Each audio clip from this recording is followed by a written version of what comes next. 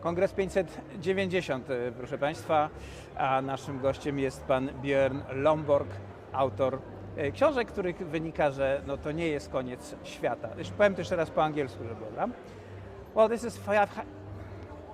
we are at 590 Congress that's here in Warsaw, in a race horse track in Służewiec, as everyone knows. And our guest tonight is Bjorn Lomborg, author of the books, who basically says we are not the last generation, aren't we?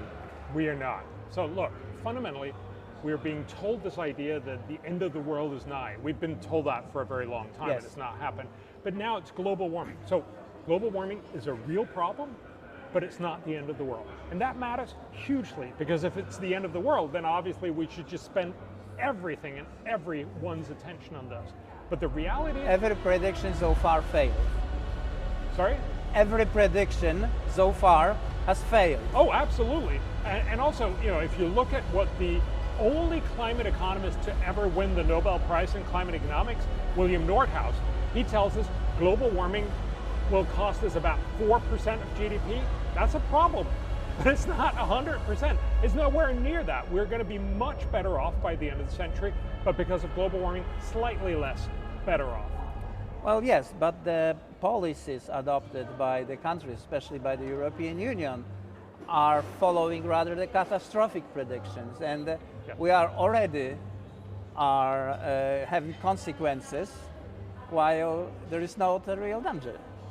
So fundamentally, because we're so scared, we end up spending enormous amounts of money fairly ineffectively, and that's just a bad idea. You know, look, this is not about getting Europe or Poland to decarbonize. I mean, that's just a virtue signaling. What matters is that we discover the technologies that will make it possible for China, India, and Africa to decarbonize.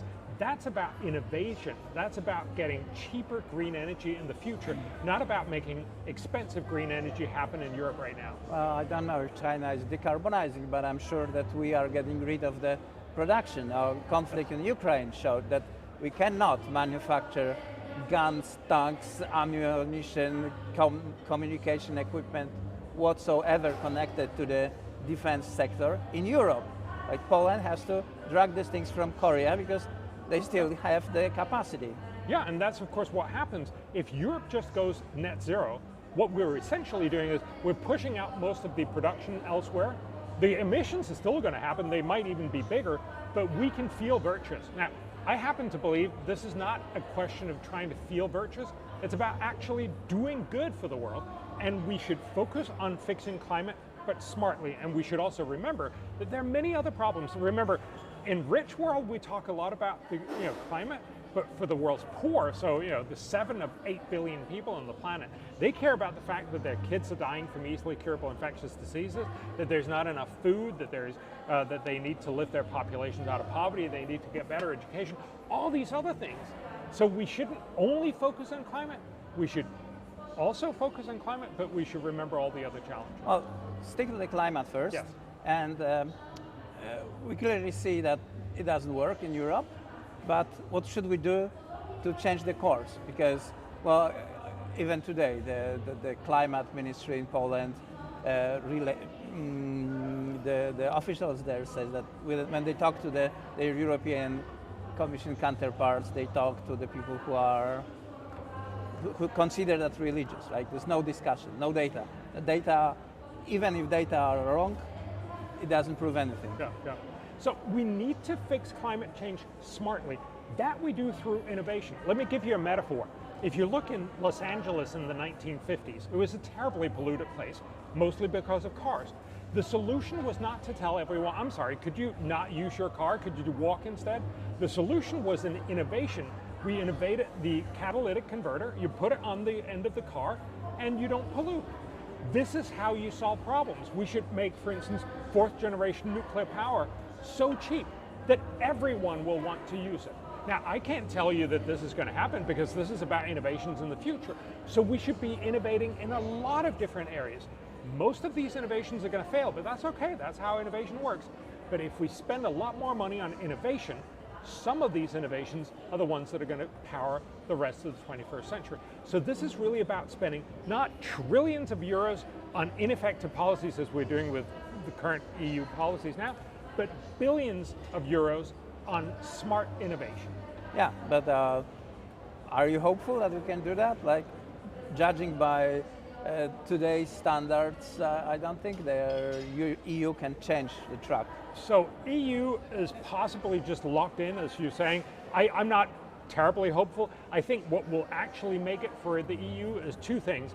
It's the fact that everybody else is just going to keep on using lots of fossil fuels, and once costs get sufficiently high, people are going to start voting out of office. Right. Politicians. Another question, but from the same batch.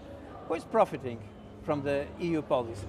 Well, of course, everybody who's producing green energy that wouldn't be sold in the marketplace, they obviously profit because they can power now from China. And again, these are not bad policies per se. They're just very ineffective policies. I'm not against wind power or solar power. Sometimes they're great ideas, but most of the time we're putting up solar powers. And I come from Denmark. That's you shouldn't have solar power there. It's way too high up. And again, it's about saying what makes economic sense. That's the only way we're going to convince most of the world to get on board. So again, it's not about putting up ineffective solar power and wind turbines now. It's about making them so cheap and effective, or fourth generation nuclear, the many, many other technologies that people are talking about, so effective that everybody will want to buy them. So what you are advocating is back to basics. I'm advocating lots more in spending in innovation. We're spending very little on innovation because we're so focused on feeling good. But if we want to do this, we need to focus on innovation. Yeah, well, from my observation, the people who advocate this change, they say that those who say that we are last generation, they are not feeling good at all. The whole propaganda is to make them feel bad. And of course, that's another terrible outcome. We're scaring our kids witless, and that's not right. Look, there's a problem. It's not the end of the world. And telling kids, oh, you don't have to study because, what's it going to matter? You're going to die anyway. That's a terrible message, and it's untrue. Global warming is a problem, but overall, the world will be much, much better by the end of the century in almost all respects. Because of technology, because of innovation. And this is how we solve the problems over and over, because we are technical situations, starting from the better production of the breaking stone. Okay, speaking about other things, like best things first, that's your second book. What I'm really unhappy about is our perception of the third world, of the Africa, Asia, South America. I mean, we should, as Europeans, as those who drive civilization, should make sure they will have the same life standard as ours, rather than downgrading our standards to theirs. So, like these bicycles all over Europe.